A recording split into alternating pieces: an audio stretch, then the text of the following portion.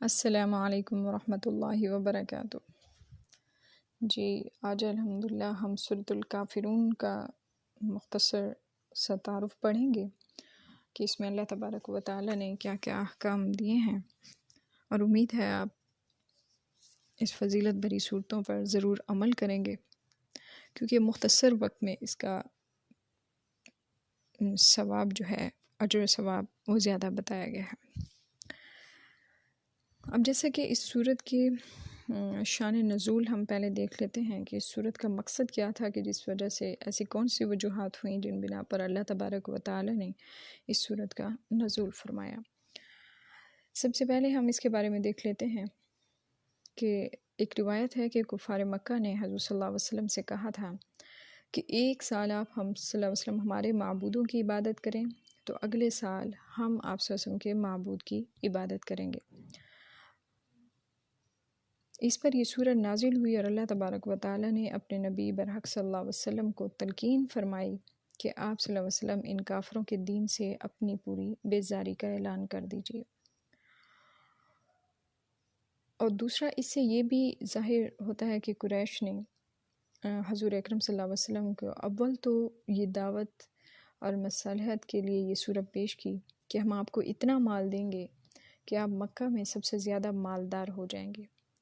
کیونکہ وہ لوگ دنیا داری کے زیادہ خواہش مند تھے، اس لیے وہ حضور اکرم صلی اللہ علیہ وسلم سے بھی یہی بھول رکھ رہے تھے۔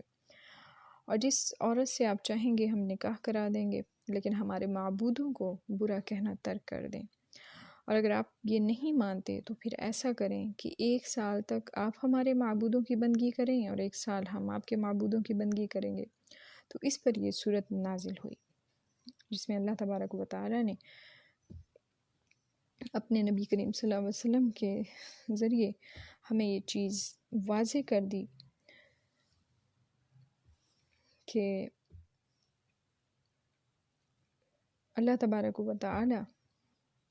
نے جتنی حدیں بنا دی ہیں کافروں اور مسلمانوں کی، وہ کبھی ایک نہیں ہو سکتی، کیونکہ مشرک جو ہے وہ توحید اور شرک پر کبھی متحد نہیں ہو سکتے، اور ان میں کبھی کوئی مصلحت نہیں ہو سکتی۔ سب سے پہلے ہم اس کی فضیلت دیکھ لیتے ہیں کہ سورت کی فضیلت میں ایک حدیث ہے کہ رسول اکرم صلی اللہ علیہ وسلم نے فرمایا کہ قل یا ایھا الکافرون چوتھائی قرآن کے برابر ہے، یعنی کہ ثواب۔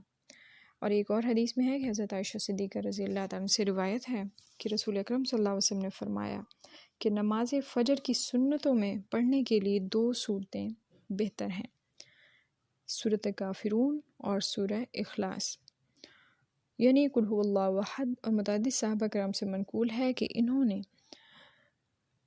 رسول اکرم صلی اللہ علیہ وسلم کو صبح کی سنتوں میں اور نماز مغرب کی سنتوں میں بکثرت یہی 2 صورتیں، یعنی پہلی رکعت میں قل یا ایھا الکافرون اور دوسری رکعت میں سورہ اخلاص پڑھتے سنا ہے۔ یقیناً آپ بھی اس چیز پہ عمل کریں گے، اور اس پر عمل کرنا ایک سنت پر عمل کرنے کے ثواب میں ہے۔ اور حضرت فروہ بن نوفل کا بیان ہے کہ میرے والد نے رسول اکرم صلی اللہ علیہ وسلم کی خدمت میں عرض کیا کہ یا رسول اللہ صلی اللہ علیہ وسلم، مجھے کوئی ایسی چیز بتائیے کہ میں بستر پر جاتے وقت یعنی سونے سے پہلے پڑھ لیا کروں۔ تو آپ صلی اللہ علیہ وسلم نے فرمایا سورہ کافرون، یعنی قل یا ایھا الکافرون پڑھ لیا کرو، یہ شرک سے بیزاری کا اظہار ہے، یعنی اس کو پڑھ کر سوئیں گے تو شرک سے پاک ہو کر سوئیں گے، اور اگر سونے کے ہی حالت میں موت آ گئی تو توحید پر موت آئے گی۔ سبحان اللہ، بہت کم وقت میں دیکھیں کہ آپ خدا نخواستہ آپ کو نہیں پتہ کہیں آپ نے کوئی ایسی غلط بات کر دی ہے یا کسی ایسی معاملے میں کہ جس میں آپ شرک کر بیٹھے ہیں، تو اس کے لیے بہتر حال یہی ہے کہ آپ اس سورت کا سورۃ الکافرون کا جو ہے وہ تلاوت کریں، اور اس سے یہ ہوگا کہ ہر رات پڑھنے کا برابر کا ثواب جو ہے وہ اس پر ہوگا کہ آپ نے چوتھائی قرآن کے برابر پڑھا ہے، اور یقیناً جب موت آئے گی تو شرک سے پاک موت ہوگی، اور اللہ تبارک و تعالی ایمان والی موت تمام مسلمانوں کو نصیب کریں، آمین۔ اور ایک جگہ فرمایا کہ جب رسول اکرم صلی اللہ علیہ وسلم تعلیم دیتے تھے اور سب سے بہتر حال میں ایک صحابی رہنے لگے۔ وہ کیا تعلیم تھی کہ حضرت جبیر میں مطعم رضی اللہ تعالیٰ عنہ فرماتے ہیں کہ رسول اکرم صلی اللہ علیہ وسلم سے فرمایا کہ کیا تم یہ چاہتے ہو کہ جب سفر میں جاؤ تو وہاں تم اپنے سب ساتھیوں سے زیادہ خوشحال اور بامراد رہو اور تمہارا سامان زیادہ ہو جائے؟ تو انہوں نے عرض کیا یا رسول اللہ صلی اللہ علیہ وسلم، بے شک میں ایسا چاہتا ہوں۔ آپ صلی اللہ علیہ وسلم نے فرمایا کہ آخر قرآن کی 5 صورتیں یعنی سورہ کافرون، سورہ نصر، سورہ اخلاص، سورہ فلق اور سورۃ الناس پڑھا کرو، اور ہر سورت کو بسم اللہ الرحمن الرحیم سے شروع کیا کرو۔ تو حضرت جبیر فرماتے ہیں کہ اس وقت میرا یہ حال تھا کہ سفر میں اپنے دوسرے ساتھیوں کے بالمقابل کافی قلیل اور خستہ حال تھا۔ جب سے رسول اکرم صلی اللہ علیہ وسلم کی اس تعلیم پر عمل کیا تو میں سب سے بہتر حال میں رہنے لگا۔ اور ایک جگہ فرماتے ہیں کہ حضرت علی رضی اللہ تعالیٰ عنہ سے روایت ہے کہ ایک مرتبہ نبی کریم صلی اللہ علیہ وسلم کو ایک بچھو نے کاٹ لیا،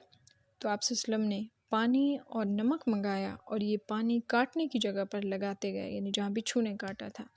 اور ساتھ ساتھ قل یا ایھا الکافرون، قل اعوذ برب الفلق اور قل اعوذ برب الناس کی مکمل صورتیں پڑھتے گئے۔ اور یہ مختصر ہے اور اس کے بہت زیادہ فوائد ہیں، یعنی کہ اس کو آپ دم کی صورت میں لے سکتے ہیں کہ کسی کو خدا نخواستہ کسی زہریلی چیز نے کاٹا ہے تو اس پر نمک پانی کا وہ بھی ڈالیں، اور اس پر جو ہے سورہ کافرون، سورۃ الفلق اور سورۃ الناس بھی پڑھتے جائیں جب تک اس کی تکلیف دور نہ ہو، تو انشاءاللہ اللہ تبارک و تعالی صحت یابی دیں گے۔ اب یہاں اس صورت میں اسلام کی حیثیت کا اعلان کر دیا گیا ہے اور اہل کفر کو ہمیشہ کے لیے مایوس کر دیا گیا ہے۔ وہ یہ کہ ایسی امید کوئی نہ رکھیں کہ داعی اسلام رسول اکرم صلی اللہ علیہ وسلم ان کی باتوں میں آئیں گے یا ان کی کسی خواہش کے مطابق اپنی دعوت میں تبدیلی کریں گے۔ ایسا بالکل نہیں ہے، کیونکہ اللہ تبارک و تعالیٰ کی طرف سے حضور اکرم صلی اللہ علیہ وسلم کو خطاب کر کے فرمایا گیا اور حکم دیا گیا، اور آپ صلی اللہ علیہ وسلم کے ذریعے امت مسلمہ کو کہ اے نبی کریم صلی اللہ علیہ وسلم، آپ ان کافروں سے کہہ دیجئے لا اعبد ما تعبدون ولا انتم عابدون ما اعبد، یعنی اے کافروں،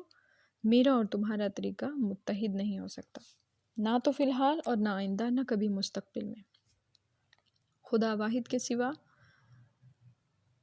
وہ کوئی احد اور صمد نہیں ہے، صرف اللہ ہی کی ذات صمد ہے اور وہ بے نیاز ہے، اور جس کی میں عبادت اور بندگی کرتا ہوں۔ اور آئندہ کے لیے ولا انا عابد ما عبدتم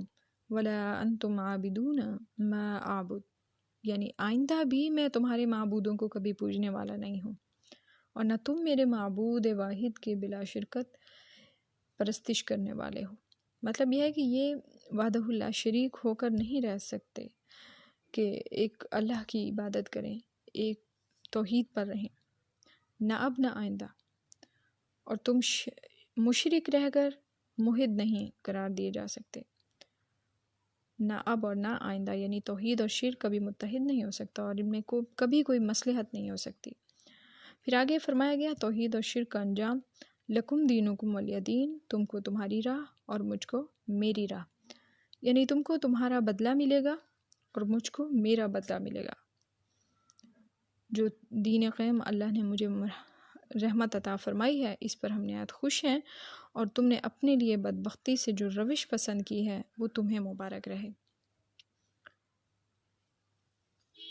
یعنی ایک خیال یہ پیدا ہو سکتا ہے کہ خود قرآن کریم میں جیسے 10ویں پارے میں سورہ انفال میں ہے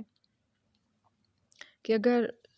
کفار صلح کی طرف جھکیں تو آپ صلی اللہ علیہ وسلم بھی جھک جائیے، یعنی معاہدہ صلح کر لیجیے۔ اور جب حضور صلی اللہ علیہ وسلم مکہ سے ہجرت کر کے مدینہ منورہ تشریف لے گئے تو یہود مدینہ سے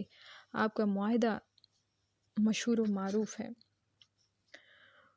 اور مفسرین نے جواب دیا ہے کہ اس سورہ کافرون کو منسوخ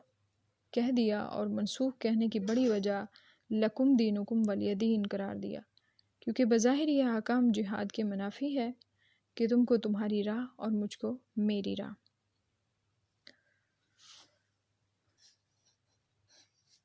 حضرت ابو ہریرہ رضی اللہ تعالیٰ عنہ سے روایت ہے کہ صبح کی 2 سنتوں میں بھی حضور اکرم صلی اللہ علیہ وسلم ان 2 صورتوں کی تلاوت کیا کرتے تھے، اور یقیناً اس کی بہت بڑی فضیلت ہے۔ اور یہ مسند احمد سے ایک اور روایت ہے کہ حضرت نوفل بن معاویہ رضی اللہ تعالیٰ عنہ فرماتے ہیں کہ رسول اکرم صلی اللہ علیہ وسلم نے ان سے فرمایا کہ ہماری زینب کی پرورش تم اپنے ہاں کرو۔ میرا خیال سے یہ حضرت زینب رضی اللہ تعالیٰ عنہ تھیں۔ یہ ایک مرتبہ پھر حضور صلی اللہ علیہ وسلم کی خدمت میں حاضر ہوئے تو آپ نے فرمایا کہو بچی کیا کر رہی ہے؟ کہا میں انہیں ان کے ماں کے پاس چھوڑ آیا ہوں۔ فرمایا اچھا کیوں آئے ہو؟ عرض کیا اس لیے کہ آپ صلی اللہ علیہ وسلم سے کوئی وظیفہ سیکھ جاؤں جو سوتے وقت پڑھ لوں۔ تو آپ صلی اللہ علیہ وسلم نے فرمایا قل یا ایھا الکافرون پڑھ کر سو جایا کرو۔ اور یقیناً آپ صلی اللہ علیہ وسلم کا بھی یہی عمل تھا، اور آپ سب سے بھی امید ہے انشاءاللہ تبارک و تعالی اس سے آپ بھی فائدہ اٹھائیں گے، کیونکہ مشرکین کا اب جیسے